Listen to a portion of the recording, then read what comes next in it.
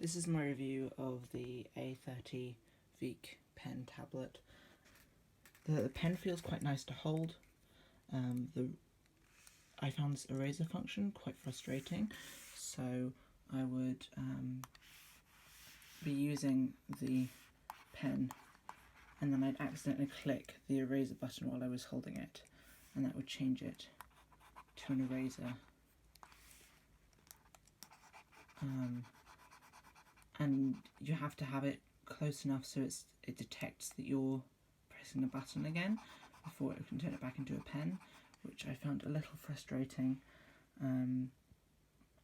The actual tablet itself is quite it's light, but it doesn't feel flimsy. I found the pen not super comfortable to use. I think it was this texture. It feels a bit scratchy and squeaky sometimes, which I wasn't a massive fan of. The press keys are quite useful. There's this one which you zoom in and out of like this. You push it like that and it zooms in and out.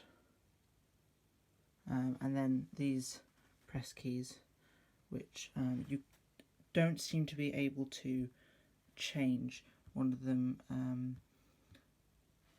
brings up the little hand, one of them brings up your colour selection tool, which is quite useful, but you couldn't program them, which I found a little bit frustrating. Same with the pressure sensitivity of the pen, especially when I had it on no opacity mode. I found it was very difficult to get the line weights I wanted because it would be too fine and then too heavy, and I found it difficult to do my normal amount of line art. There is, however, a huge variation of line weights you can get. It was a little bit frustrating that I can change that, but that's fine. I drew this using the tablet. I attempted to get some line art with it, but eventually settled on a more sketchy style because I just struggled with the amount of variation in the pen, and it was very frustrating. I did look and try to find the driver. It was very easy to install, but there's no physical driver app down the bottom here that turned on, that I could turn off and open and edit that I could see. Overall, it's a really great tablet, especially if you're just starting out. It's quite cheap. This one was £45, I think, and really not bad for the price at all. I do recommend it for anyone on a budget.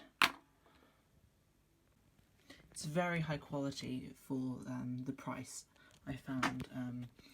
It's not too dissimilar to my Huion tablet that I got for £100. The Huion is wireless, this one is not wireless. I think the main issue I had with it was the lack of settings that I could change, unfortunately, like with the pen pressure and the press keys. But to someone who isn't used to working a certain way and hasn't had a tablet before, this is a really, really good one. And if you're used to if that's the way you're used to working as well, it'll suit you perfectly. It really is quite nice to use, and 100% worth it for the price. I struggled getting used to the pen pressure, and that was the main issue for me. Thank you for watching, and I hope this was helpful.